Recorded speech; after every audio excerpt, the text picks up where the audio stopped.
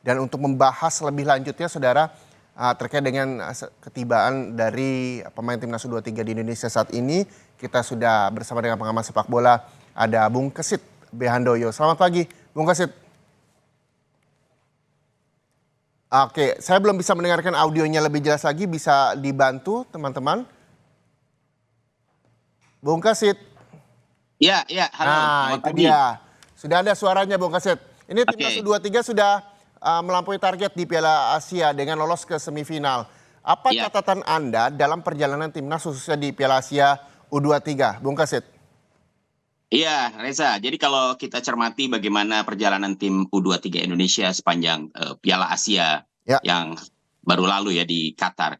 Sebenarnya ini sebuah kejutan ya, sebuah hasil yang menurut saya sangat luar biasa. Kenapa? Karena memang sebagai tim debutan, Indonesia kan sebelumnya hanya mentargetkan lolos dari fase grup ya. Sebagai sebuah tim yang baru pertama kali tampil di Piala Asia U23, bisa lolos ke fase grup itu memang sebuah capaian yang bagus ya. Tapi ternyata kan target itu melebihi apa yang diberikan oleh PSSI ya, walaupun coach Sintayong juga mentargetkan secara pribadi ya lolos ke semifinal dan itu tercapai gitu. Artinya bahwa tim ini memang memperlihatkan sebuah penampilan yang menjanjikan, yang sebelumnya dianggap sebagai tim underdog tapi kemudian malah justru mampu bisa bermain hingga babak semifinal, bahkan juga harus memperebutkan posisi 3-4 ya.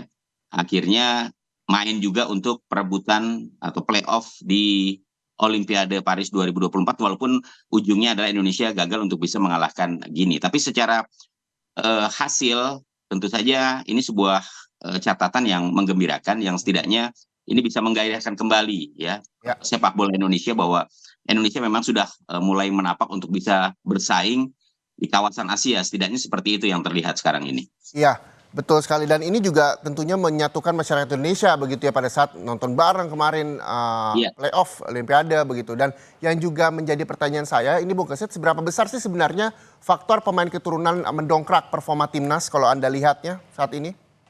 Iya, jujur harus kita akui bahwa kehadiran pemain-pemain naturalisasi yang ada di tim U23 Indonesia ya, seperti Nathan Choaon, Justin Hapner, kemudian Ya. Rafael Strijk, ya, Ivar Jenner, itu memberikan dampak yang sangat positif. Setidaknya kehadiran mereka yang notabene adalah pemain-pemain yang berkiprah di Liga Eropa ya, di Belanda lah. Ada juga di Kerezo Osaka seperti Justin Hapner, sebelumnya juga merupakan pemain yang pernah di kontrak di tim Heerenveen Belanda. Ini memberikan satu peningkatan yang memang sangat positif ya. Mhm. Mereka bisa mendongkrak juga penampilan pemain-pemain lokal kita. Jadi ketika pemain-pemain yang terbiasa tampil di Liga Eropa dengan tingkat kompetisi yang begitu tinggi ya, walaupun di divisi kedua ya, bukan divisi utamanya, tapi memberikan sebuah eh, hasil yang menurut saya sangat baik begitu. Jadi secara Apapun tidak bahwa langsung bahwa pemain naturalisasi ini adalah penyemangat baru bagi pemain nasional iya, Indonesia begitu ya? iya, jelas sekali ya, jelas sekali terlihat ya. Jadi mereka kan bisa mentransfer ilmunya juga Ya. kepada pemain-pemain lokal ya. Mereka terbiasa tampil di Liga Eropa yang memang persaingannya sangat ketat, dan ketika mereka berkumpul bersama tim nasional itu mereka bisa menularkan ilmunya. Kan saja di lapangan tapi di luar lapangan ya. Sikap-sikap seperti itu kan sangat penting bagi Betul. seorang pemain yang terbiasa tampil di kompetisi profesional. Oke, selain para pemain timnas yang patut diapresiasi dan ini bahwa di luar ekspektasi begitu masyarakat Indonesia berlaga di playoff Olimpiade 2024 begitu. Bung Kesit, yang juga menjadi perhatian publik adalah pelatih Sinteyong. Nah, Mhm. ketika Anda melihat sosok pelatih Sinteyong ini, apakah perbedaan metode kepelatihan Sinteyong dengan pelatih timnas sebelumnya?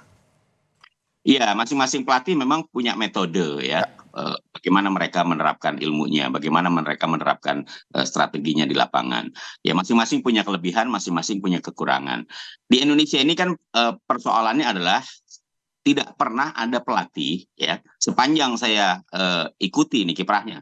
Dari tahun 90 aja lah, atau terakhir 91 ketika kita sukses meraih SEA Games ya, juara SEA Games di Manila. Itu kan pelatih-pelatih yang ada di tim nasional Indonesia ya, baik di level senior maupun di level kelompok umur, itu nggak pernah panjang gitu masa masa kepelatihannya, paling 2 tahun, Ya, setahun, 2 tahun. Dan itu sudah berganti puluhan kali ya sejak tahun 91 sampai ke Sinteyong. Nah, Sinteyong ini pelatih yang menurut saya memang punya waktu yang cukup panjang.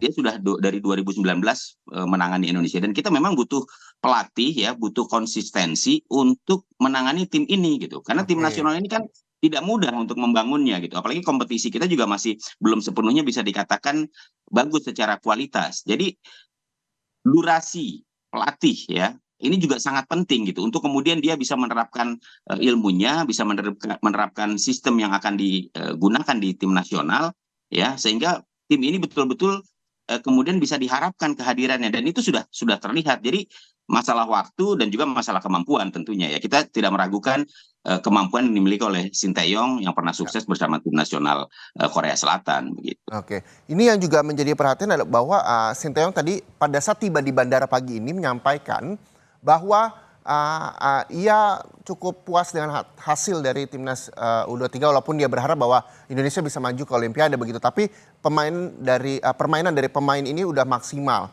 Namun Ya. ia juga menyatakan bahwa ada keputusan tidak adil dari wasit. Anda melihatnya seperti apa?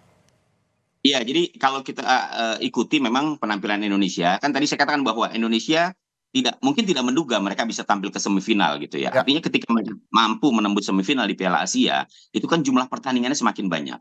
Dan saya melihat ketika 2 pertandingan terakhir kita menghadapi Uzbekistan ya, dan Irak, itu memang sudah mulai habis staminanya ya. Kemudian harus menghadapi juga Guinea, harus terbang ke Paris. Jadi memang pemain-pemain Indonesia sudah sudah kehabisan energi, sudah kehabisan stamina, sehingga tinggal sisa-sisa aja yang digunakan. Harus menghadapi tim yang jauh lebih kuat dan jauh lebih fresh gitu ya. Bahwa ada keputusan-keputusan kontroversi dari wasit, saya pikir ya wajar kalau kemudian Sinteyong melakukan protes ya, komplain terhadap kepemimpinan wasit. Tapi sebenarnya kita juga tidak harus kemudian melulu menyalahkan wasit gitu ya. ya. Lebih baik kita konsentrasi bahwa kita memang perlu pembenahan. Tim ini sudah memperlihatkan progres yang sangat baik, yang sangat positif. Bahwa ada keputusan wasit yang mungkin dirasakan merugikan Indonesia. Ini penilaiannya kan sangat subjektif ya. Ya. Kalau soal wasit itu sangat subjektif gitu. Wasit punya keputusan sendiri, wasit punya pandangan sendiri, dia lebih dekat kepada situasi kejadian. Jadi sulit untuk mengatakan bahwa kemudian wasit curang, bahwa Kurang wasit betul. iya, bahwa wasit ada keputusan yang salah, mungkin iya gitu ya. Tapi jangan kemudian kita memberikan penilaian seolah-olah kekalahan Indonesia, kegagalan Indonesia ini karena gara-gara wasit begitu. Kita harus Jangan juga terlalu berani berlarut-larut bersikap. begitu ya, Bung Kesit ya. Iya, kita harus berani bersikap dewasa juga, mengakui kekalahan bahwa lawan memang lebih tangguh ya, sehingga Indonesia harus lebih banyak belajar lagi. Tapi yang Oke. jelas tim ini sudah memberikan satu harapan, tinggal bagaimana konsistensi dari PSSI untuk membuat program yang lebih terarah kepada tim U23 Indonesia Oke, begitu. Sintayong juga punya target juga yaitu kualifikasi Piala Dunia. Tentunya Ya. juga perlu ada pelatihan-pelatihan lagi yang terus dilakukan oleh pemain dan juga strategi yang nantinya akan diberikan Sintayong kepada timnas Indonesia. Anda melihatnya seperti apa? Iya, tim U23 ini juga kan mayoritas berisikan pemain-pemain tim nasional senior ya. Ya, Hernando Ari, Rizky Ridho, Hapner, kemudian Nathan, Pratama Arhan, Rafael Strike, atau juga Marcelino Ferdinand, serta Witan Sulaiman ya. mhm, Pengalaman bermain di Piala Asia U23 ini kan memberikan kembali jam terbang yang tinggi ya. betul. Mereka mendapatkan pengalaman yang begitu baik ya, walaupun di tim U23, tapi jangan lupa banyak tim-tim yang ikut di U23 ini juga pemain-pemainnya juga tergabung di tim senior mereka ya, negaranya masing-masing. Artinya apa? Bahwa kekompakan mereka ini akan semakin baik ya. Diharapkan setelah Piala Asia U23 ini mereka mendapatkan jam terbang lagi, mereka mendapatkan menit bermain yang bagus, mendapatkan pengalaman bagaimana mengatasi pressure yang begitu tinggi dari tim-tim yang kelasnya di atas Indonesia. Ini menjadi modal baik untuk tim senior Indonesia Ya, pada saat menghadapi Irak dan juga Filipina dalam melanjutkan kualifikasi Piala Dunia 2026. oke. Eh, Tim saat ini timnas U23 telah tiba di Indonesia yang nantinya akan beristirahat di Hotel Fairmont di kawasan Senayan begitu, dan tadi pada saat di Bandara Soekarno-Hatta, Witan Sulaiman juga menyampaikan reaksinya soal fans Indonesia, bahwa ia berharap bahwa fans Indonesia ini agar selalu positif memberikan komentar dan juga supportnya kepada timnas Indonesia. Yang kita tahu Bung Kesit, bahwa fans bola di Indonesia ini sangat luar biasa animonya, antusiasnya begitu. Bahkan ketika memang ada segala sesuatu yang dianggapnya curang, misalnya wasit saja, begitu banyak diserang oleh para netizen dan juga fans fanatik dari sepak bola Indonesia. Anda melihatnya seperti apa? Dan seharusnya fans itu bersikap seperti apa sih di sepak bola? Iya, fans Indonesia memang begitu luar biasa ya. Dukungan terhadap tim nasional Indonesia baik senior maupun kelompok umur ini memang betul-betul diakui dunia ya. Ya, Tapi ada satu hal yang menurut saya juga harusnya supporter bisa lebih bersikap dewasa ya ketika Indonesia mengalami kekalahan atau kemudian ada pemain yang tampil tidak sesuai harapan atau ada keputusan-keputusan kontroversi wasit misalnya di lapangan, jangan kemudian kebanyakan ini netizen Indonesia kan reaktif banget gitu ya. ya, Ketika ada sesuatu yang merugikan tim nasional Indonesia, kemudian mereka memberikan umpatan, memberikan cacian, ya, memberikan ya macam-macam lah, sehingga supporter Indonesia atau saya katakan netizen lah ya, mhm, ini betul-betul mendapatkan sorotan. Bahkan yang terakhir kemarin sampai ada persoalan rasisme terhadap Gini ya, yang menyingkirkan Indonesia di babak playoff. Saya pikir hal-hal seperti itu harusnya dihindari ya. ya. Supporter tetap harus bisa bersikap sportif, bisa menerima kekalahan. Jangan cuma kemenangan aja begitu yang bisa diterima, tapi supporter maupun netizen juga harus bersikap santun dengan tidak Ya. memberikan olok-olok yang berlebihan. Begitu Reza. Itu juga yang disampaikan oleh Witan Sulaiman bahwa berikanlah sesuatu hal yang positif untuk para, Iya, para pemain timnas setuju. Indonesia begitu. Setuju, setuju. Iya, memang seharusnya seperti itulah sikap kedewasaan yang harus dimunculkan, bukan kemudian caci maki dan hujatan kepada tim lawan atau kepada pihak-pihak yang dianggap merugikan tim nasional Indonesia. Oke. Belajar dari playoff Olimpiade, Bung Kesit, yang Iya, memang menjadi perhatian Bung Kesit terhadap timnas Indonesia seperti apa ke depannya untuk bisa masuk ke kualifikasi Piala Dunia? iya. Tadi saya katakan bahwa tim ini sudah memperlihatkan progres yang baik, yang positif ya. Artinya harapan masyarakat pasti akan Besar, semakin tinggi ke betul. depannya. Kan begitu. Nah, bagaimana kemudian supaya konsistensi ini tetap diperlihatkan oleh tim U23 Indonesia? Karena pemain pasti akan berganti. Ya, ada beberapa Ya, pemain yang mungkin masih akan tetap bisa memperkuat tim U23 Indonesia ke depan, tapi ada juga yang mungkin harus menepi, kan begitu. Nah, menurut saya yang paling baik adalah bagaimana kemudian PSSI menyiapkan program uji coba ya dengan negara-negara yang sepak bolanya jauh lebih bagus secara kualitas sehingga tim ini atau pemain-pemain nasional U23 itu akan mendapatkan pengalaman bertanding yang bagus gitu oke. sebagai bekal untuk menghadapi persaingan di level berikutnya. Karena apa? Saya pikir uji coba ini sangat penting ya bagi tim, bagi para pemain untuk menambah kemampuan mereka, mendapatkan pengalaman bermain Oke. sehingga pada saat menghadapi tim yang kualitasnya sama atau di atas Indonesia, itu mereka jauh lebih siap ya. Oke. Ini sangat penting dan itu yang harus dilakukan oleh PSSI agar progres dari tim ini jangan sampai mengalami stagnan gitu. Jadi harus Ya, terus berkembang karena ketika kita sudah menapak di semifinal Piala Asia U23, masyarakat pasti dalam Piala Asia berikutnya ingin mendapatkan hasil yang minimal sama gitu. betul. Bahkan harus lebih barangkali bisa ke final gitu ya. Bung Kesit, Jadi bisa nggak disebutin negara mana saja? Misalnya Anda bisa memberikan